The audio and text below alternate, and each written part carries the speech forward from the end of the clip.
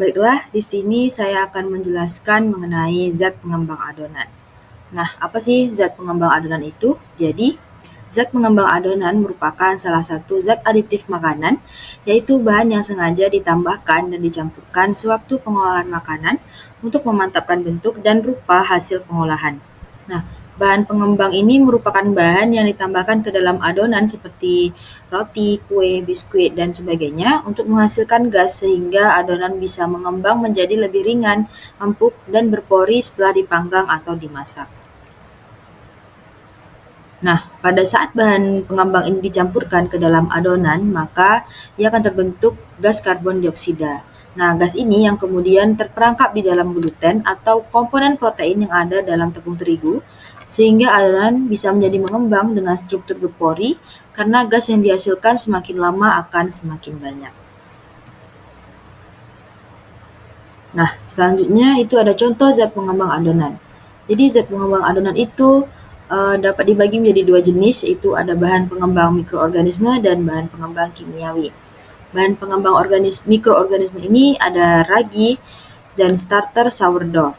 Kemudian pada bahan pengembang kimiawi ada baking soda, baking powder, VX, dan amonium bikarbonat. Mari kita bahas satu persatu. Nah, bahan pengembang mikroorganisme yang pertama itu adalah ragi. Nah, ragi ini merupakan inokulum yang ditambahkan ke dalam suatu substrat sehingga substrat tersebut akan berubah atau mengalami fermentasi. Nah, ragi ini adalah zat yang mengandung mikroorganisme hidup, terutama fungi yang merupakan jenis jamur, yang digunakan untuk fermentasi dalam pembuatan kue, roti, dan sebagainya. Nah, ragi ini mengubah gula menjadi gas karbon dioksida atau CO2 yang menyebabkan adonan mengembang dan memberikan aroma serta rasa produk yang dihasilkan. Oke, bahan pengembang yang kedua yaitu adalah starter sourdough. Nah, starter sourdough ini adalah campuran tepung dan air yang difermentasi secara alami untuk menciptakan ragi dan bakteri baik yang akan digunakan sebagai bahan pengembang alami dalam pembuatan roti sourdough. Nah, roti sourdough ini seperti ada pada gambar ada dalam PPT itu merupakan roti sourdough. Nah, kita lanjut yang kedua, bahan pengembang secara kimiawi. Yang pertama ada baking soda. Baking soda juga dikenal sebagai soda kue atau natrium bikarbonat NaHCO3 yang umumnya itu digunakan untuk pengembang adonan kue, roti, pancake, dan makanan ringan. Nah, baking soda ini bekerja dengan cara bereaksi dengan bahan asam dalam adonan. Saat bereaksi, ia menghasilkan karbon dioksida membentuk gelembung gas yang membuat adonan itu mengembang dan juga menjadi empuk.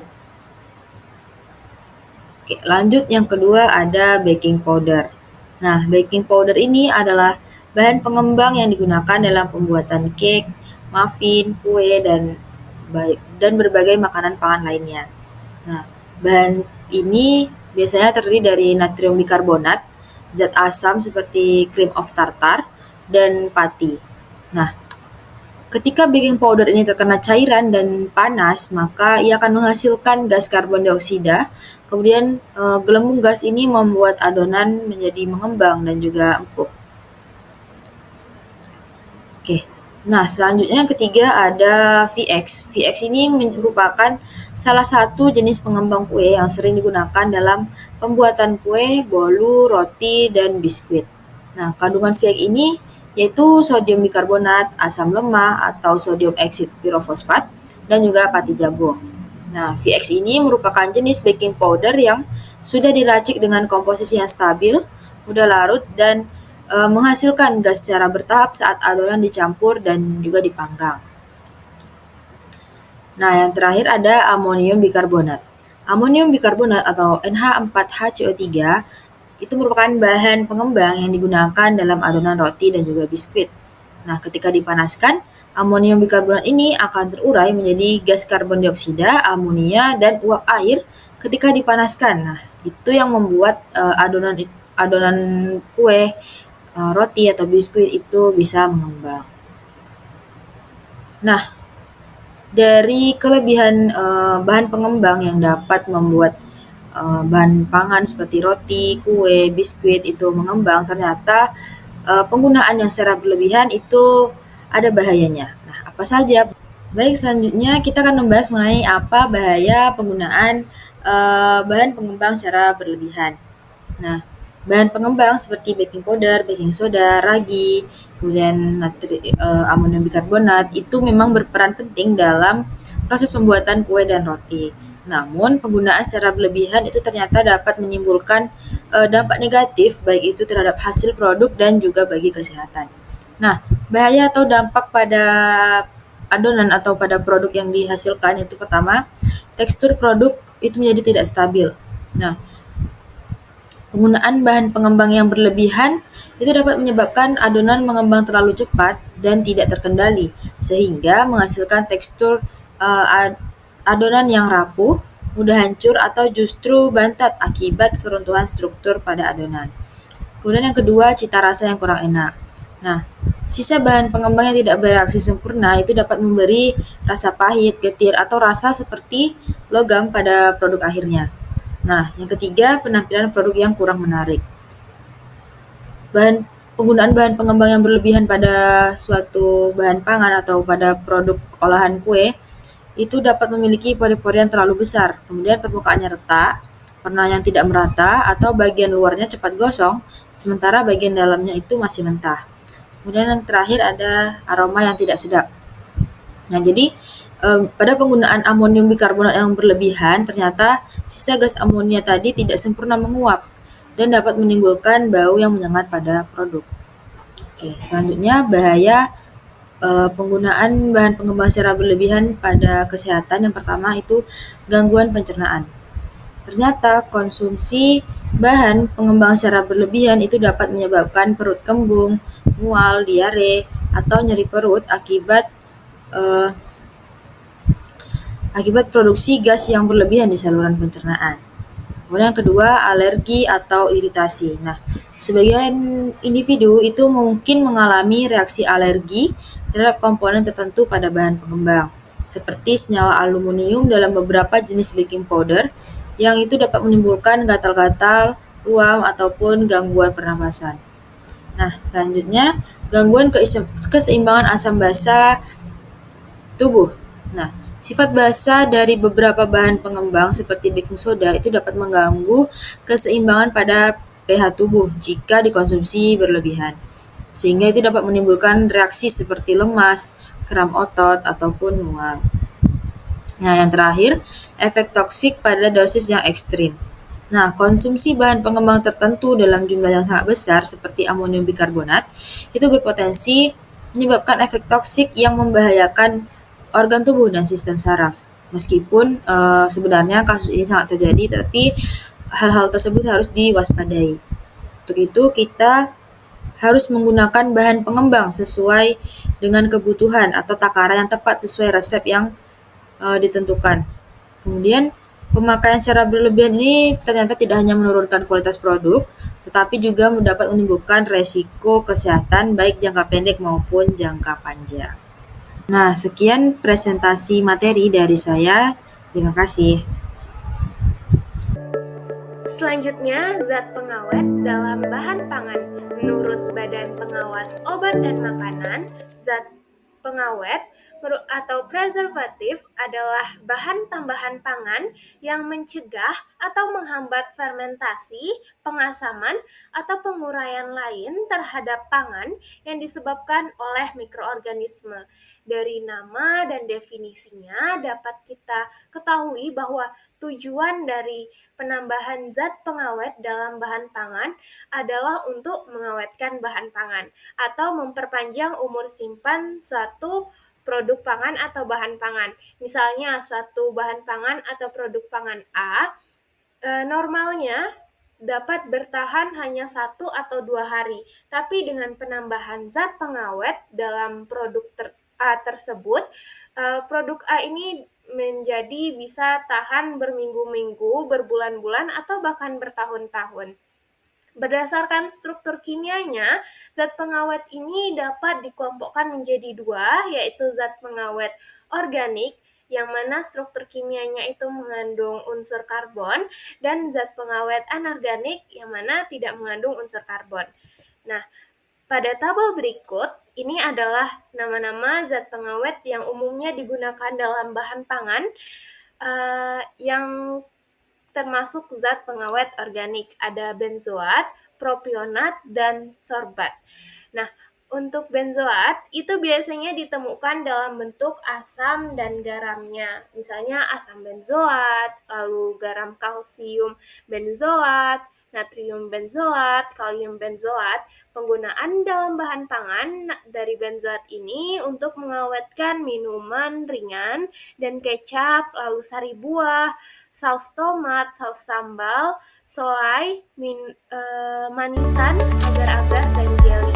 Lalu batas maksimum penggunaan yang dianjurkan oleh BPOM dari benzoat ini adalah sekitar 200 sampai 600 mg per kilogram berat badan.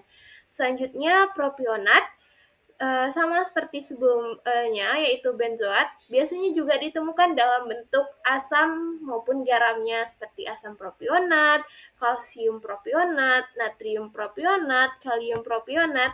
Penggunaannya dalam bahan pangan adalah untuk mengawetkan roti, bolu, cookies, cake, atau donat, lalu keju olahan. Batas maksimum penggunaan menurut BPOM adalah 2000 mg per kilogram berat badan. Selanjutnya adalah sorbat. Juga ditemukan dalam bentuk asam dan garamnya, seperti asam sorbat, natrium sorbat, kalium sorbat, kalium sorbat. Lalu penggunaannya dalam bahan pangan adalah untuk mengawetkan margarin, pekatan sari buah, dan keju, lalu jelly, agar-agar, mochi kemasan, roti, minuman kemasan, gitu. Lalu batas maksimum penggunaan yang dianjurkan oleh BPOM adalah 500 sampai 1000 mg per kilogram berat badan. Selanjutnya, itu ada zat pengawet anorganik. Ada nitrat, nitrit, sulfit. Yang pertama, nitrit. Nitrit ini juga ditemukan dalam bentuk garamnya seperti kalium nitrit, natrium nitrit. Lalu nitrat juga ditemukan dalam bentuk garamnya seperti kalium nitrat, natrium nitrat. Bagaimana penggunaannya dalam bahan pangan? Penggunaannya dalam bahan pangan adalah untuk mengawetkan daging olahan atau yang diawetkan seperti sosis, lalu kornet dalam kaleng, dan keju. Batas maksimum penggunaannya itu 125 mg untuk nitrat per kilogram atau 500 mg nitrit per kilogram untuk mengawetkan daging olahan atau sosis. Lalu untuk mengawetkan kornet dalam kaleng itu batas maksimum penggunaannya adalah 50 mg nitrit per kilogram. Untuk keju, batas maksimumnya adalah 50 mg nitrat per kilogram.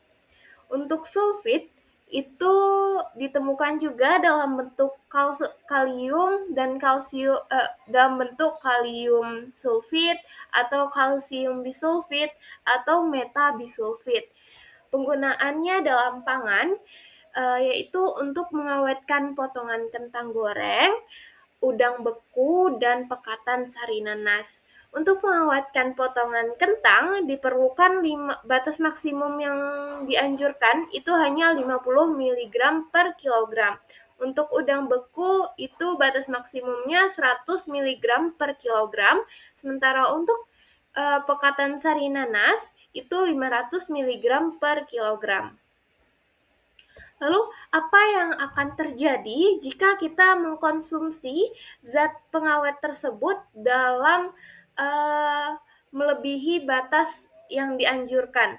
Nah, untuk benzoat sendiri, bahaya utama jika berlebihan dalam mengkonsumsinya itu dapat menimbulkan alergi, hiperaktif, dan risiko benzena atau keracunan benzena. Populasi yang rentan itu adalah anak-anak dan penderita asma. Untuk zat pengawet sorbat, bahaya jika dikonsumsi berlebihan itu dapat menimbulkan iritasi, alergi ringan, dan gangguan flora usus. Gangguan flora usus ini merujuk pada ketidakseimbangan jumlah mikroorganisme atau bakteri baik yang terdapat dalam usus. Populasi yang rentan ini usia umum ya, bisa anak-anak hingga dewasa. Untuk nitrit, bahaya utama jika dikonsumsi berlebihan itu dapat membentuk nitrosamin, yaitu suatu senyawa kimia yang bersifat karsinogenik, yang mana dapat menyebabkan kanker. Lalu dapat juga membentuk methemoglobin. Baiklah, selanjutnya kita akan membahas tentang surfaktan dalam bahan pangan. Sebelum itu, kita perlu ketahui dulu apa itu surfaktan. Surfaktan itu surface active agent, di mana merupakan molekul-molekul yang mengandung gugus hidrofilik atau suka air. Dan gugus lipofilik itu suka minyak atau lemak. Ini pada molekul yang sama. Nah, surfaktan ini dapat mempersatukan campuran yang terdiri dari air dan minyak. Dapat kita lihat pada gambar, itu pada bagian kepala, dia bersifat hidrofilik, itu suka air, dia polar, jadi dapat mengikat air. Nah, pada ekor, dia ini bersifat nonpolar, itu liofilik, dia menyukai lemak atau minyak. Jadi, surfaktan di sini dapat menyatukan antara air dan minyak. Jadi dapat kita katakan bahwa surfaktan ini merupakan zat tambahan yang membantu untuk mencampurkan dua fase yang tidak bisa bercampur menjadi sistem emosi yang stabil. Selanjutnya, itu ada fungsi berdasarkan golongan surfaktan tersebut, di mana golongan di sini ada 5. Yang pertama itu pengemulsi, di mana fungsi utamanya untuk mencampur dan menstabilkan campuran seperti minyak dan air. Lalu ada penstabil. Nah, fungsi utamanya itu untuk menjaga kestabilan campuran agar tidak mudah terpisah. Lalu ada pengental, ini untuk meningkatkan kekentalan dan tekstur pada produk. Kemudian ada pembasah, di mana ini untuk membantu penyebaran dan penyerapan air dalam produk yang kering. Lalu, ini ada peran surfaktan dalam pengolahan pangan. Yang pertama itu untuk meningkatkan mutu produk, di mana surfaktan ini digunakan dalam pengolahan pangan untuk meningkatkan kualitas atau mutu produk dan mengurangi kesulitan dalam menangani bahan yang mudah rusak. Kemudian, yang kedua itu untuk mempertahankan kualitas selama penyimpanan, di mana pemakaian surfaktan selama produk disimpan akan mempertahankan viskositasnya, teksturnya, dan akan memperpanjang masa simpan produk tersebut. Selanjutnya, ini ada contoh dalam kehidupan sehari-hari. Terlihat itu ada contoh produk pangan. Pertama ada margarin. Contoh surfaktannya di sini adalah lecitin dan berfungsi untuk menstabilkan campuran antara minyak dan air. Kemudian ada es krim nih. Contoh surfaktannya itu mono dan digliserida. Itu untuk menjaga emulsinya tetap stabil dan menghasilkan tekstur es krim yang halus. Kemudian ada puding. Di sini contoh surfaktannya itu karagenan, juga bisa santan gam, di mana untuk menjaga kestabilan campuran dan tekstur gel. Kemudian ada saus dan selai. Nah, di sini saus dan selai ini contoh surfaktannya itu CMC dan pati yang termodifikasi. Nah, fungsinya itu untuk mengentalkan produk tersebut, untuk menjaga viskositas dan mencegah terjadinya pemisahan air. Kemudian ada susu bubuk atau coklat bubuk. Contoh surfaktannya itu polisorbat 80. Di sini berfungsi untuk memudahkan susu atau coklat bubuk itu untuk larut dalam air dan mencegah terjadinya penggumpalan. Nah, selanjutnya ini ada contoh surfaktan tadi yang telah saya sebutkan. Di sini ada lecitin secara berurut dari kiri paling atas, itu ada soy lecitin dari kacang kedelai. Kemudian ada mono dan digliserida, lalu ada karagenan, santan gam, CMC, Dan ada pati termodifikasi, ini saya ambil contohnya pati dari jagung. Kemudian ada polisorbat 80. Nah, selanjutnya ini ada bahaya jika surfaktan dalam pakan ini dikonsumsi secara berlebihan, di mana surfaktan lecithin batas maksimumnya itu umumnya GRAS, di mana diakui aman secara umum, diakui oleh FDA (Food Drug Administration), dan digunakannya itu sesuai dengan panduan GMP, di mana dikelola dengan cara produksi yang baik. Nah, ini jika dikonsumsi secara berlebihan akan mengakibatkan gangguan pada pencernaan yang tergolong ringan.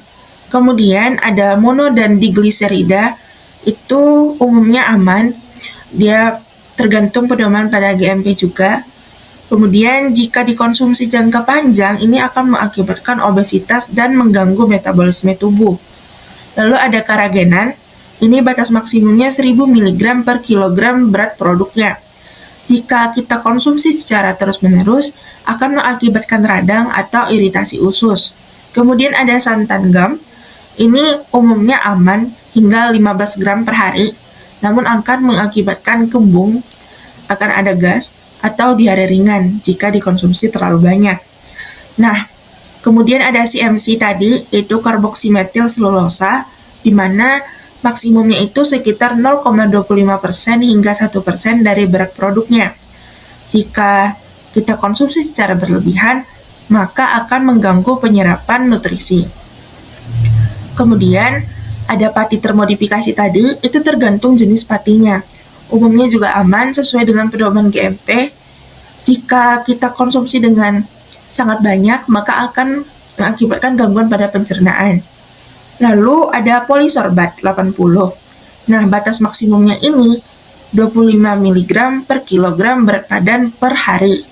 Jika kita konsumsi secara berlebihan, akan mengakibatkan alergi, gangguan fungsi hati. Ini terbukti pada hewan yang telah diuji.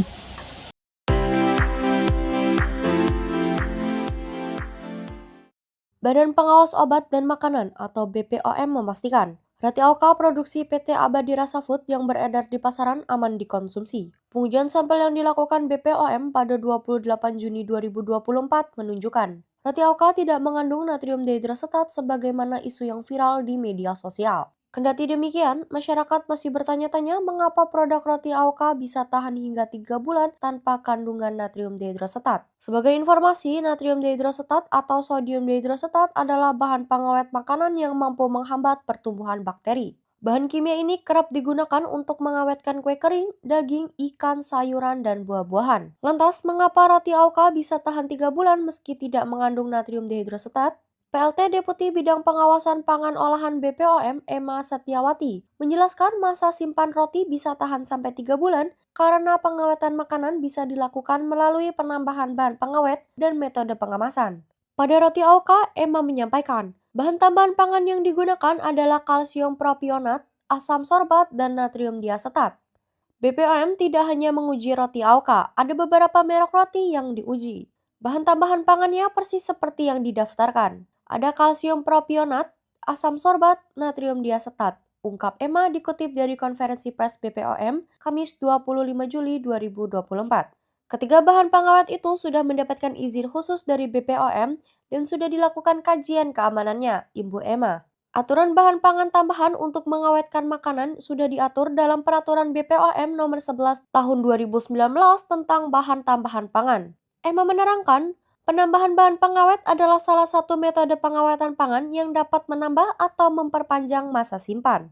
Sepanjang masa simpannya sesuai dengan yang diregistrasi, misalnya 3 bulan, bisa dipastikan selama 3 bulan itu tidak ada perubahan keamanan pangan dan tidak ada perubahan mutu pangan. Maka itu diperbolehkan, ucap Emma. Selain bahan pengawet, pengawetan pangan juga bisa melalui teknologi pengawetan, seperti sterilisasi dan pasteurisasi. Menurut BPOM, sterilisasi adalah proses untuk membunuh mikroba pada produk yang sudah dikemas. Sementara pasteurisasi adalah perlakuan panas dengan suhu lebih rendah dari suhu sterilisasi dan biasanya dilakukan di bawah suhu didih air. Dalam kesempatan yang sama, BPOM juga membantah narasi yang beredar bahwa produk AOK mengandung natrium dihidrosetat.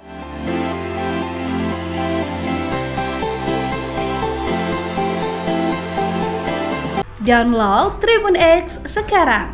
Menghadirkan lokal menjadi Indonesia. Selanjutnya, kita akan menganalisis kandungan dari roti AOK. Roti AOK ini adalah salah satu produk roti kemasan yang cukup terpopuler. Pernahkah kalian membaca komposisi bahan di balik kemasan roti AOK ini? Nah, ternyata di dalamnya tidak hanya ada bahan-bahan utama seperti tepung dan telur, tetapi juga berbagai zat tambahan pangan seperti pengawet, zat pengembang, dan juga surfaktan. Yang pertama, kita akan membahas mengenai zat pengawetnya. Nah, pada roti AOK ini, terdapat 3 zat pengawet yang memiliki fungsi yang berbeda.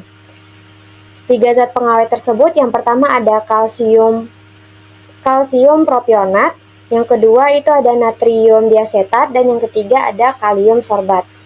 Nah, kalsium propionat ini berfungsi sebagai pengawet yang bekerja dengan cara mengganggu metabolisme mikroorganisme terutama jamur.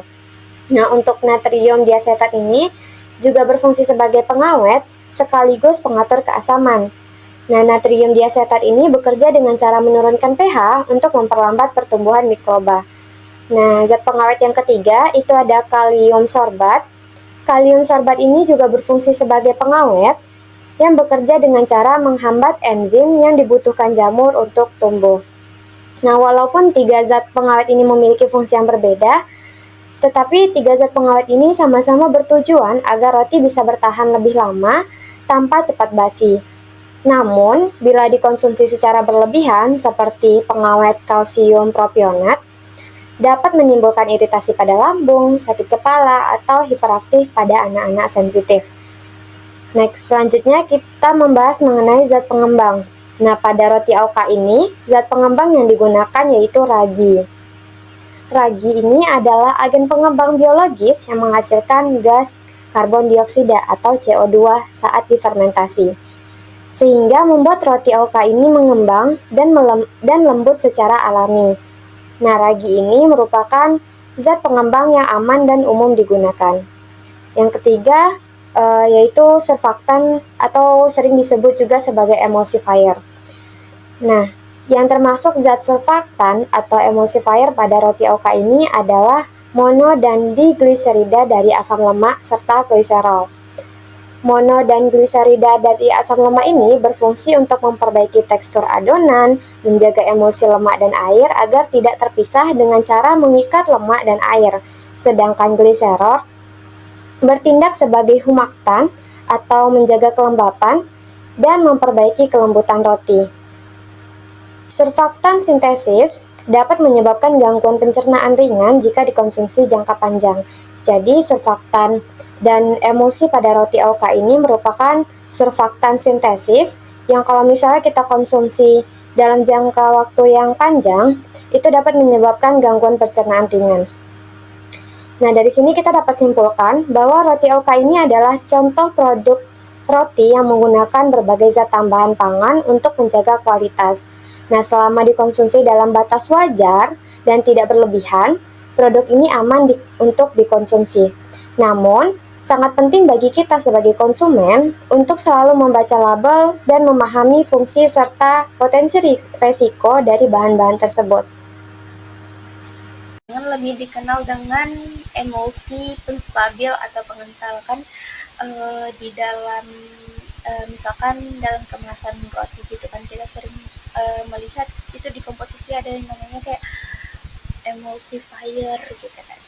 Emulsifier itu adalah surfaktan ini.